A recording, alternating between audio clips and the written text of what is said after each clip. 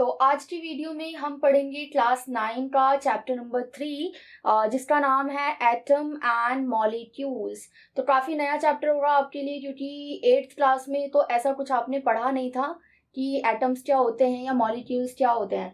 कोई बात नहीं, नया चैप्टर है लेकिन समझेंगे तो काफ़ी मज़ा आएगा, अच्छा लगेगा, आपको अच्छे से समझ पाएंगे कि एटम्स क्या होते हैं और मॉलिक्यूल्स क्या होते हैं। तो थोड़ा सा मैं ओवरव्यू दे दूं आपको एटम्स के बारे में। तो जितनी भी चीजें आप कह सकते हो, जैसे आपने सेल वाले चैप्टर में सेल पढ़ा होगा कि हर एक इंडिविजुअल जीव जो है वो सेल से मिलकर बना होता है। तो उसी तरीके से यहाँ पर हम एटम की बात करेंगे। जो एटम होता है ना, वो smallest particle of an element. तो बात हो रही है यहाँ पर एलिमेंट की, ये आपको ध्यान रखना है, ठीक है। कि जो भी एक एलिमेंट होता है, चाहे वो हाइड्रोजन हो, हीलियम हो, लिथियम हो, बोरोन हो, पोटेशियम हो, कोई भी एलिमेंट हो, वो क्या किससे बना होता है? कंसिस्ट थ्री सब एटॉमिक पार्टिकल्स। यस। तो सबसे पहली बात तो आपको ये पता होना चाहिए कि जो एटम होता है वो स्मॉलेस्ट पार्टिकल होता है किसी भी एलिमेंट का, और उसके अंदर भी 3 पार्ट्स होते हैं, सब एटॉमिक पार्टिकल्स होते हैं। क्या नाम है उसका? Electron, proton and neutron. यहाँ पे एन लगा लेंगे आप, ठीक है। तो आपको पता चलना चाहिए यहाँ पे कि जो एटम है वो स्मॉलेस्ट पार्टिकल है किसी भी एलिमेंट का, और इसके अंदर 3 पार्ट्स होते हैं, इलेक्ट्रॉन होते हैं, प्रोटॉन होते हैं और न्यूट्रॉन होते हैं, ठीक है। और एक चीज एटम के बारे में जो जरूरी है जानने वाली वो है कि we can not see the atom with naked eyes. तो आप अपनी जो नेक्ड आईज हैं उससे आप एटम को नहीं देख सकते, वो इतना छोटा होता है साइज में, ठीक है। तो अगर एटम्स को देखना हो तो उसके लिए ऑब्वियस सी बात है कि आपको लेंसेज यूज करने होंगे जो पर्टिकुलर इसके लिए बनाए जाते हैं। तो ये तो हो गया आपका एटम, जो कि नेक्ड आइज से नहीं देखा जा सकता, जो किसी भी एलिमेंट का स्मॉलेस्ट पार्टिकल होता है जिसके अंदर 3 सब एटॉमिक पार्टिकल्स होते हैं। अब हम बात करेंगे मॉलिक्यूल्स की। तो फिर मॉलिक्यूल्स क्या होते हैं? जब एटम सब एटॉमिक पार्ट्स में बट गए हैं तो फिर मॉलिक्यूल्स क्या है? कुछ भी नहीं, बहुत आसान चीज है ये। जैसे आपने सेल वाले चैप्टर में देखा था कि सेल ऑफ ग्रुप को हम टिश्यू कहते हैं, बस उसी तरीके से जब 2 या 2 से ज्यादा एटम्स कनेक्ट हो जाते हैं, 2 और मोर atoms connect by any chemical bond. अब भाई अगर किसी चीज को कनेक्ट करना है तो आपको बॉन्डिंग तो बनानी पड़ेगी, बॉन्ड्स बनाने पड़ेंगे। तो जब भी केमिकल बॉन्ड्स बनाए जाते हैं तो 2 या 2 से ज्यादा एटम्स एक साथ क्या हो जाते हैं? कनेक्ट हो जाते हैं, और इससे क्या बन जाता है? हमारा मॉलिक्यूल। एग्जाम्पल के लिए आप देख सकते हो जो हमारे वाटर का फॉर्मूला है H2O। आप यहाँ पर देखोगे कि हाइड्रोजन के 2 एटम और ऑक्सीजन का 1 एटम, क्योंकि यहाँ कुछ नहीं है तो यहाँ पर 1 माना जाएगा आपका। तो यहाँ पे हाइड्रोजन के 2 और ऑक्सीजन का 1 एटम मिलकर क्या बन गया है? ये एक मॉलिक्यूल बन गया है, ठीक है। एक और एग्जाम्पल देख लो, हमारा कार्बन डाइऑक्साइड जो गैस है उसकी बात हम यहाँ पे करेंगे, CO2। तो यहाँ पे कार्बन का 1 एटम और ऑक्सीजन के 2 एटम, ये दोनों मिलकर क्या बन जाते हैं? हमारे मॉलिक्यूल। तो आपने देखा यहाँ पे कि किस तरीके से जो एटम्स हैं वो आपस में कनेक्ट होते हैं एक से ज्यादा और मॉलिक्यूल्स बनाते हैं। तो आई होप कि आपको एटम क्या है और मॉलिक्यूल्स क्या है, इन दोनों में डिफरेंस समझ में आ गया होगा। आगे बढ़ेंगे चैप्टर में, तो आपके चैप्टर में बहुत ही जरूरी टॉपिक यहाँ पे दिया हुआ है जो कि है law of chemical combination. Yes, law of chemical combination. जैसा कि आपने अभी ऊपर देखा भी, क्या कहा गया था, मैंने यहाँ पे क्या बताया आपको कि बॉन्डिंग करते हैं। क्या करते हैं? एटम्स आपस में बॉन्ड बनाते हैं, और फिर बॉन्ड बनाने के लिए उनको कोई ना कोई केमिकल कॉम्बिनेशन करना पड़ता है। मतलब अगर आपको बॉन्डिंग बनानी है किसी के साथ तो कॉम्बिनेशन करना पड़ेगा। अगर एक से ज्यादा चीजें आपस में मिलेंगी तो ऑफ कोर्स वहां पे कॉम्बिनेशन होगा एक से ज्यादा चीजों का। तो यहाँ पे लॉ कौन सा काम करेगा जब हम कॉम्बिनेशन करते हैं किसी भी केमिकल इक्वेशन का या किसी भी एक से ज्यादा एलिमेंट्स का आपस में?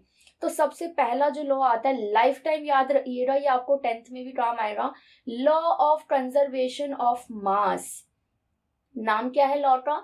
Law of conservation of mass. तो क्या कहता है यहाँ पे कि ये जो मास होता है ना, जिसको केजी में नापा जाता है। जी हाँ, बिल्कुल, आप वर्क एनर्जी वाले चैप्टर में पढ़ेंगे कि जो मास होता है उसको केजी में नापते हैं, इसका यूनिट जो होता है ऐसा यूनिट वो केजी होता है। तो law of conservation of mass क्या बोलता है? फटाक से देख लीजिए कि जो मास है वो कैन नीदर बी क्रिएटेड, कहता है कि जो मास है ना उसको ना ही हम क्रिएट कर सकते हैं एंड नॉर बी डिस्ट्रॉयड, और ना ही उसको डिस्ट्रॉय किया जा सकता है किसी भी केमिकल रिएक्शन के थ्रू। यानी कि अगर कोई भी केमिकल रिएक्शन हो रहा है, चाहे वो हाइड्रोजन का हीलियम के साथ हो रहा हो या बाकी किसी भी एलिमेंट का आपस में हो रहा हो, अगर केमिकल रिएक्शन हो रहा है तो जो मास होगा ना तो वो कम होगा और ना ही वो बढ़ेगा। जितना मास है उतना ही रहेगा। मास कैन नीदर बी क्रिएट और नॉट बी डिस्ट्रॉयड। तो यही लॉ जो है पहला हमारा केमिकल कॉम्बिनेशन का है। बात करेंगे सेकंड लॉ की। सेकेंड लॉ क्या कहता है? Law of constant proportion. तो ये दोनों ही लॉ आपके लिए बहुत ज्यादा जरूरी है, ध्यान से देखिएगा। जैसे law of conservation of mass तो आपको अभी समझ में आ गया होगा कि मास को ना ही हम डिस्ट्रॉय कर सकते हैं और ना ही क्रिएट कर सकते हैं। तो उसी तरीके से लॉ ऑफ कांस्टेंट प्रोपोर्शन है। इसमें क्या होता है कि जो एलिमेंट्स होते हैं ना ऑफ कंपाउंड, कोई भी कंपाउंड हो उसका जो एलिमेंट है वो कंबाइंड होते हैं आपस में इन सेम रेशियो। ये वर्ड आपको ध्यान रखना है कि किसी भी कंपाउंड में जो एलिमेंट जुड़े हुए हैं उनका रेशियो जो होता है वो हमेशा सेम होता है। एग्जाम्पल के लिए H2O की अगर हम बात करें फिर से वाटर का जो हमारा फॉर्मूला है, तो यहाँ पर आप देखोगे कि हाइड्रोजन के 2 एटम है और ऑक्सीजन का 1 एटम है। तो इसका रेशियो क्या है? 2:1। तो यहाँ से ये जो रेशियो आप देख रहे हो ना वाटर का, चाहे ये वाटर कहीं भी हो, आपकी शरबत में हो, आपके जूस में हो, इस पानी का जो प्रोपोर्शन होगा, जो रेशियो होगा ना, वो हमेशा क्या रहेगा? सेम रहेगा। ये चीज आपको ध्यान यहाँ पे रखनी है। तो ये दोनों लॉज आपको बिल्कुल याद कर लेने हैं। दोनों में से एक लॉ तो बिल्कुल पूछेगा ही पूछेगा पेपर में, क्योंकि इंपॉर्टेंट टॉपिक है ये। Law of conservation of mass और लॉ ऑफ कांस्टेंट प्रोपोर्शन, दोनों ही लॉज याद कर लेंगे। चलिए, अब जो बहुत इंपॉर्टेंट चीज है इस चैप्टर के लिए जो आपको लर्न होनी चाहिए, वैसे तो ये आपको पहले ही लर्न कर लेनी चाहिए, बट कोई नहीं, अभी अगर आप ये वीडियो देख रहे हैं तो अभी से अगर आप इसकी प्रैक्टिस करेंगे तो लर्न हो जाएगा। क्या है ये? एक तो एलिमेंट्स के नाम, दूसरा उसके जो मॉडर्न सिंबल हैं, और एटॉमिक नंबर। मतलब एटॉमिक नंबर याद कर लो, सारी चीजें हो जाएंगी आपकी। केमिकल फॉर्मूला भी बन जाएगा आपका, और जो भी आपको मासेस निकालने हैं आगे न्यूमेरिकल्स में वो भी सॉल्व हो जाएंगे। तो आप इसको ना लाइन से याद करेंगे। जैसे हाइड्रोजन है तो इसका सिंबल H है और एटॉमिक नंबर 1 है। हीलियम का सिंबल क्या है? He और एटॉमिक नंबर 2। आप अपनी कॉपी पे ना इसको उतार लो और 4 से 5 बार इसको उतार लोगे ना, अपने आप याद हो जाएगा। लिथियम का सिंबल है Li। बेटा आपको ना ये सिंबल याद करने ही पड़ेंगे, वरना आप केमिकल फॉर्मूला नहीं बना पाओगे। और पक्की बात है कि पेपर में फॉर्मूलाज तो पूछेंगे ही, केमिकल फॉर्मूला बनाने के लिए आता ही आता है इस चैप्टर से 100%। तो लिथियम का Li होता है और एटॉमिक नंबर होता है 3। बेरिलियम को Be से डिनोट करते हैं और इसका एटॉमिक नंबर होता है बेटा आपका 4। लाइन वाइज यहाँ पे एटॉमिक नंबर दिए गए हैं तो इजी हो जाएगा आपको याद करने में। बोरोन का सिंबल है B और एटॉमिक नंबर है 5। कार्बन का सिंबल C है, एटॉमिक नंबर 6 है। नाइट्रोजन का N, एटॉमिक नंबर 7। ये लाइन से एटॉमिक नंबर दिए गए हैं। तो ऑक्सीजन का सिंबल हो जाएगा O, फ्लोरीन का हो जाएगा F, नियोन का Ne। ध्यान रखिएगा, ज्यादातर आपको यहाँ पे जो सिंबल मिलेंगे ना वो एलिमेंट का फर्स्ट जो लेटर है ना वही है यहाँ पे, लेकिन हर जगह पे ये काम नहीं आएगा। जैसे नियोन है तो नियोन का Ne लिया गया है। उसी तरीके से सोडियम, अब आप कहोगे सोडियम का S लेना चाहिए था ना, Na क्यों लिया गया? तो बेटा सोडियम का जो साइंटिफिक नेम दूसरा है वो है नेट्रियम। तो नेट्रियम का जो Na है ना इसको लिया गया है सिंबल में, और एटॉमिक नंबर है 11। मैग्नीशियम का Mg12 हो जाएगा एटॉमिक नंबर। उसी तरीके से एल्यूमिनियम का Al होता है सिंबल, और 13 इसका हो जाता है आपका एटॉमिक नंबर। उसी तरीके से सिलिकॉन का Si हो जाएगा, 14 एटॉमिक नंबर हो जाएगा। फोस्फोरस का P, सल्फर का S, क्लोरीन का Cl और आर्गन का Ar। इसी तरीके से आगे चलेंगे। वैसे तो बहुत सारे एलिमेंट्स हैं, बट आपके लिए जो इम्पोर्टेंट है वो बस इतने ही है, आप इतना देख लें काफी रहेगा। क्लोरीन के लिए सिंबल दिया गया है Cl और आर्गन के लिए Ar। पोटेशियम के लिए K। तो बेटा अब आप कहोगे कि पोटेशियम का P क्यों नहीं दिया गया है? तो पोटेशियम का कैलियम जो है वो रियल एलिमेंट का नाम है, तो इसलिए कैलियम का K लिया गया है यहाँ पे, और एटॉमिक नंबर है 19। जो जो इंपॉर्टेंट है मैं बताती जाती हूँ आपको। कैल्शियम का याद कर लेना क्योंकि ये जरूर पूछा जाएगा। बेरियम का याद कर लो, ब्रोमीन का कर लो, कोबाल्ट का CO होता है, कॉपर का Cu होता है, और गोल्ड का Au होता है, आयोडीन का I, फेरम आयरन को कहते हैं तो इसका Fe हो जाएगा। लेड का Pb होता है और सिल्वर का Ag होता है, यूरेनियम का U और जिंक का Zn होता है, ये भी इंपॉर्टेंट है। मर्करी का Hg और टंगस्टन का होता है बेटा WTT, इसका जो वोल्फ्राम नाम होता है एलिमेंट का। तो इसी का जो F जो पहला लेटर है वो लिया गया है। तो यहाँ पर आप देखेंगे कि मैंने आपको काफी सारे एलिमेंट्स और उसके सिंबल विद एटॉमिक नंबर बता दिए हैं। बाकी जब आप फॉर्मूलाज बनाएंगे जो आपके बुक में भी गिवन है तो धीरे धीरे आपको इसके सिंबल्स याद हो जाएंगे, जो कि आपको याद करने भी पड़ेंगे या आपको चैप्टर 4 में भी काम आएंगे। चलिए अगले टॉपिक पे चलते हैं जो आपकी बुक में दिया गया है, और जो अगला टॉपिक है वो है आपका आयंस। तो आयंस क्या है, काफी इंपॉर्टेंट टॉपिक है। पिछली बार अगर आप क्वेश्चन पेपर देखोगे तो क्वेश्चन वहां पे आया हुआ था कि व्हाट आर आयंस। तो आयंस क्या होते हैं, एटम ऑफ एलिमेंट। हमें पता है कि जो एलिमेंट होते हैं ना वो एटम से मिले होते हैं, मतलब एटम से मिलकर बनते हैं। तो जो भी एलिमेंट के एटम है ना वो कंबाइन टूगेदर होते हैं टू फॉर्म मॉलिक्यूल्स और आयंस। तो आप देखोगे कि जो एटम आपस में जुड़े हुए हैं उनको ना कुछ आपस में एटॉमिक नंबर्स कह सकते हो या फिर आप एक वर्ड कह सकते हो आयंस, इसको शेयर करना होता है, कंबाइन होते हैं और फिर कुछ ना कुछ आयंस एक दूसरे को वो दे देते हैं। तो an ion is a charge particle. आपको पता होना चाहिए कि जो आयन होते हैं ना ये चार्ज्ड पार्टिकल्स होते हैं फॉर्म्ड बाय लॉस और गेन ऑफ इलेक्ट्रॉन। ये ध्यान रखना है कि जब भी कोई एटम और अपने इलेक्ट्रॉन्स को शेयर करता है किसी भी एलिमेंट में तो वो या तो लॉस करेगा, अपना एक इलेक्ट्रॉन दे देगा, या फिर गेन करेगा, किसी से एक इलेक्ट्रॉन ले लेगा। तो ये ही आयंस होते हैं और ये कैन बी पॉजिटिव और नेगेटिव। तो जो आयन है वो पॉजिटिव भी हो सकता है और नेगेटिव भी हो सकता है। थोड़ा नीचे आएंगे तो आपको ये और अच्छे से समझ में आएगा। तो ये जो पॉजिटिव और नेगेटिव है इसी से रिलेटेड यहाँ पर दो कॉन्सेप्ट दिए गए हैं, केटायन और एनायन की बात करेंगे। तो केटायन क्या होते हैं, cations formed by the loss of electron. Yes, अगर कोई भी एलिमेंट या कोई भी एटम क्या करता है, लॉस ऑफ इलेक्ट्रॉन करता है, मतलब इलेक्ट्रॉन लूज कर रहा है, तो उसको हम केटायन बोलेंगे और साइन लगाएंगे प्लस का। क्यों, क्योंकि हम लूज कर रहे हैं ना भाई, हम अपना एक एटम दे रहे हैं ना किसी को, तो हमारे ऊपर नेगेटिव चार्ज क्यों आएगा, हम पे तो पॉजिटिव चार्ज आएगा क्योंकि वी आर गिविंग हियर। उसके बाद एनायन में उल्टा हो जाता है। एनायंस फॉर्म तब होते हैं जब हम किसी से इलेक्ट्रॉन गेन करते हैं यानी कि ले लेते हैं, और ऐसी सिचुएशन में जो साइन लगता है वो माइनस का लगता है। ठीक है, तो ये आपका आयंस वाला टॉपिक यहाँ पे क्लियर हो गया होगा कि आयंस जो होते हैं वो चार्ज पार्टिकल होते हैं, ये पॉजिटिव हो सकते हैं, नेगेटिव भी हो सकते हैं, जिसे केटायन और एनायन कहते हैं। पक्का यहाँ से क्वेश्चंस आपको पेपर में मिलेंगे, अच्छे से चैप्टर क्लियर करके जाइए। देखिए आपको भी पता है कि जो आपके एक्सरसाइज के क्वेश्चंस होते वहां से क्वेश्चन नहीं पूछा जाता, तो आपको अपना चैप्टर एक ना एक बार क्लियर करके रखना होगा, क्लियर कट, कि आखिर आपके चैप्टर में क्या क्या चीजें या क्या क्या टॉपिक्स हैं। अब यहाँ पे आ गया काफी इंपॉर्टेंट एक टॉपिक है आपका केमिकल फॉर्मूला का। तो फॉर्मूला कैसे बनाते हैं वो मैं आपको सिखाती हूँ, लेकिन उससे पहले डेफिनेशन देख लीजिए एक बार कि केमिकल फॉर्मूला की डेफिनेशन क्या होती है वो देख लेते हैं। ठीक है, क्या होता है कि जो केमिकल फॉर्मूला है ना एक्चुअली में ये है symbolic representation of the composition of compound. तो किसी भी कंपाउंड में जो जो कोई भी कंपाउंड है तो उसके अंदर जो कॉम्पोजिशन मिक्स है या फिर एक से ज्यादा जो एलिमेंट मिले हुए हैं उनका सिंबॉलिक रिप्रेजेंटेशन होता है। ये सिंबॉलिक मतलब क्या, जो अभी हमने ऊपर सिंबल्स पढ़े हैं ना उसकी बात हो रही है यहाँ पे।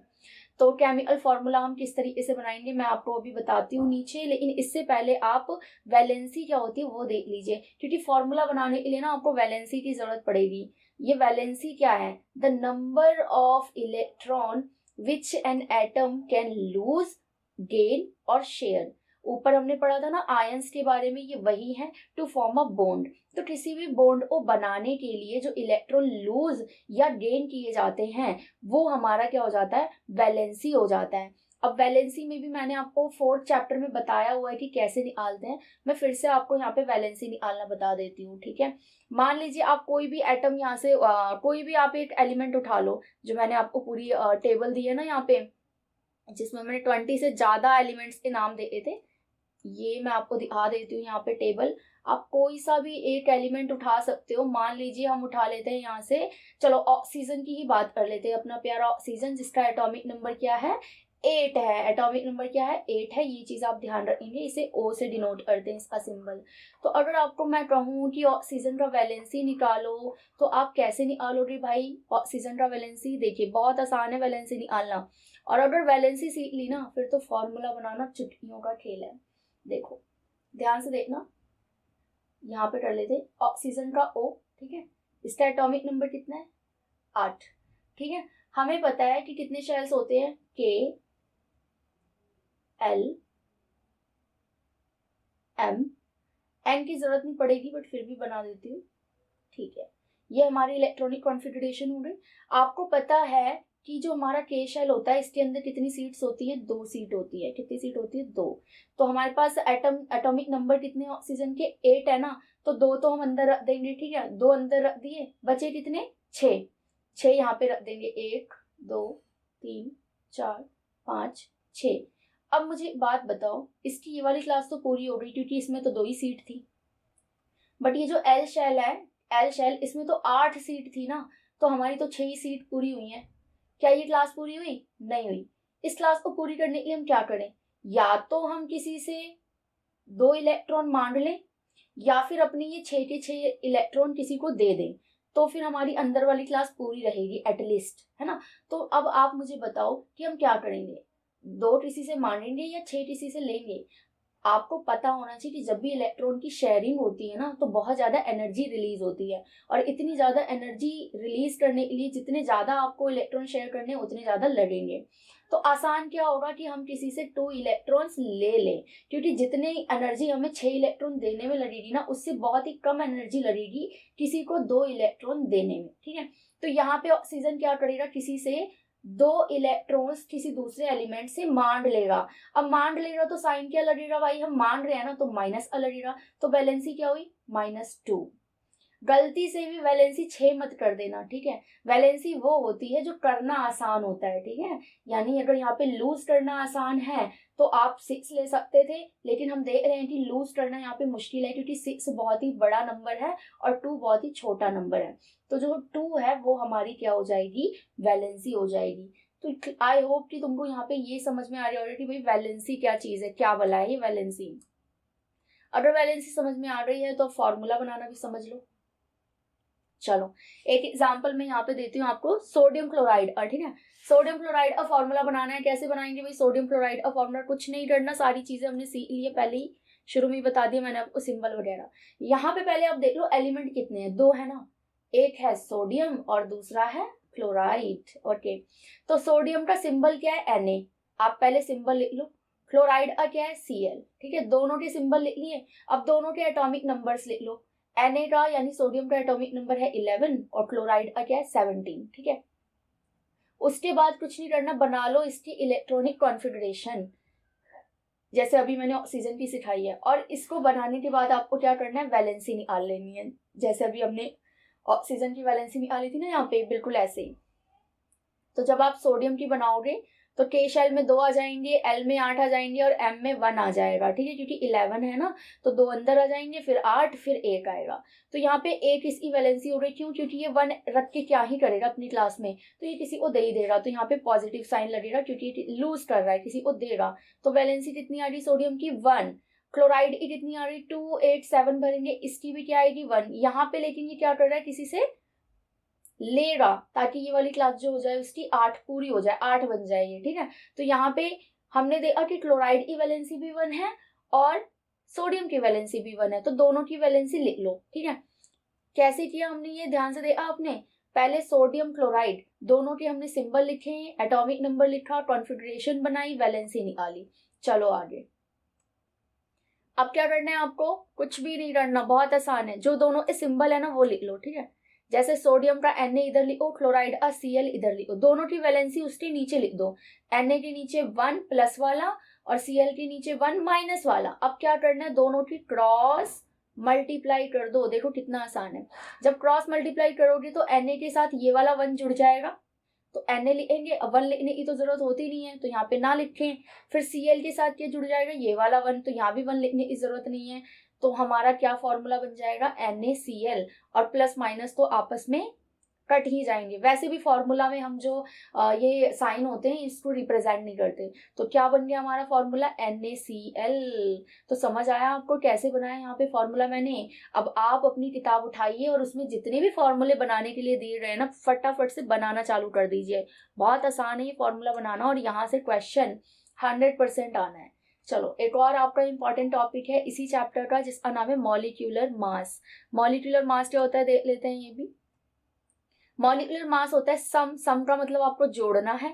क्या जोड़ना है भाई, atomic masses of all atom in a molecule. तो किसी भी मॉलिक्यूल में, जैसा कि मैंने स्टार्टिंग में आपको मॉलिक्यूल बताया था, CO2 हो सकता है, H2O हो सकता है, उसके अंदर जो एटॉमिक मास होते हैं ना एटम के, उसको जोड़ दो, क्या बन जाएगा आपका, मॉलिक्यूलर मास बन जाएगा। Sum of the atomic masses of all the atom in a molecule. ठीक है, एग्जाम्पल मैं आपको करके बता देती हूँ। जैसे एक मॉलिक्यूल ले लो H2O, वाटर। ठीक है, मान लो पेपर में क्वेश्चन ही आ जाए कि what is the molecular mass of water या what is the molecular mass of H2O, तो आप कैसे निकालोगे, ध्यान से देखना। यहाँ पे दो एलिमेंट है ना, एक हाइड्रोजन एक ऑक्सीजन। चलो सबसे पहले एटॉमिक मास ऑफ हाइड्रोजन ले लो। तो एटॉमिक मासेस आपको लर्न करने पड़ेंगे, आपकी टेबल दी गई है आपकी बुक में। तो एटॉमिक मास ऑफ हाइड्रोजन कितना होता है, 1U। मास को U से डिनोट करते हैं। ठीक है, और ऑक्सीजन की बात करें तो एटॉमिक मास ऑफ ऑक्सीजन कितना होता है, 16U। ठीक है, अब हमें क्या करना है, इन दोनों को ऐड कर देना है। मॉलिक्यूलर मास क्या होता है, दोनों को ऐड करना है। तो देखो भाई, हाइड्रोजन का जो मॉलिक्यूलर आपका एटॉमिक मास है वो 1 है। ठीक है, लेकिन ध्यान रखना कि यहाँ पे हाइड्रोजन 2 हैं। ठीक है, कितने हैं, 2। तो आपको ब्रैकेट में यहाँ पे 2 लेना पड़ेगा, मल्टीप्लाई करोगे तो। प्लस क्या प्लस करना है, वो आपको ऑक्सीजन का एटॉमिक मास कितना है, 16। ठीक है, तो अब देख लो, इसको सॉल्व कर लो। 2 1 जा 2, नीचे 2 आ गया, यहाँ पे 16 था, 16 आ गया, दोनों को ऐड कर दो, 18U आ गया मॉलिक्यूलर मास। मुश्किल था क्या, मुश्किल था ये, बहुत ही आसान था मॉलिक्यूलर मास। बेफालतू में हवा बना रहा है। लास्ट टॉपिक था ये आपके चैप्टर का, और ये है आपके लिए एंड में 2 क्वेश्चन जिसमें आपको क्या बनाने हैं, फॉर्मूले। जैसे मैंने आपको ऊपर अभी फॉर्मूला बना के दिखाया था, उसी तरीके से आप हाइड्रोजन सल्फाइड अब बनाएंगे और एल्यूमिनियम ऑक्साइड अब बनाएंगे। इससे आपकी प्रैक्टिस हो जाएगी। क्या करोगे, पहले यहाँ पे देखोगे 2 एलिमेंट है, हाइड्रोजन है, सल्फाइड है। तो पहले हाइड्रोजन का सिंबल लिखो, फिर सल्फाइड का लिखो, फिर दोनों के एटॉमिक नंबर्स लिखो, फिर उनकी वैलेंसी निकालो और आपस में क्रॉस मल्टीप्लाई कर दो और फिर इकट्ठा करके लिख दो, बन गया आपका फॉर्मूला। ठीक है, तो ये था आपका चैप्टर नंबर 3 ऑल ओवर। अगर थोड़े छोटे मोटे टॉपिक छूट गए हों तो आप कमेंट करके बता सकते हैं मुझे, मैं अलग से वीडियो बना के भी उसे समझा दूंगी। तो आई होप आपको ये 3rd चैप्टर समझ आ गया था। एक बार रिव्यू ले लेते हैं। ये फॉर्मूला बनाने का होमवर्क आप कर लेंगे। आपको इस चैप्टर में पढ़ना है मॉलिक्यूलर मास कैसे निकालते हैं, यहाँ पे डेफिनेशन भी दी है और एग्जाम्पल भी दिया है साथ ही साथ। इसके अलावा हमने देखा कि किस तरीके से हम फॉर्मूला बनाते हैं वैलेंसी निकाल के। मैंने आपको वैलेंसी निकालना भी सिखाया यहाँ पे ऑक्सीजन का एग्जांपल देकर। वैलेंसी की डेफिनेशन दी है, केमिकल फॉर्मूला की डेफिनेशन दी है। आयन बहुत ज़रूरी है, पढ़ के जाना, आयन्स बहुत ही ज़्यादा इंपॉर्टेंट है। और आयन्स 2 टाइप के होते हैं, कैटायन और एनायन, ये भी पढ़ लेंगे। इसके साथ ही साथ फिर ये आपको जो सिंबल वाली टेबल है एटॉमिक नंबर के साथ वो याद कर लेनी है। और हाँ, इस वीडियो में ये जो आप हैंड रिटन नोट्स दे रहे हो बिल्कुल ही ये ऑथेंटिक हैं और आपको ये टेलीग्राम चैनल पर भी मिल जाएगा। मैं आपको डिस्क्रिप्शन में बता दूंगी कि कौन सा टेलीग्राम चैनल आपको ज्वाइन करना है। अच्छा हाँ, ये 2 लॉज याद कर लेना कॉम्बिनेशन वाले। ठीक है, मॉलिक्यूल और एटम में क्या डिफरेंस है ये भी आप याद कर लेंगे। चलिए, तो मिलेंगे फिर अब हम किसी और वीडियो में किसी नए चैप्टर के साथ।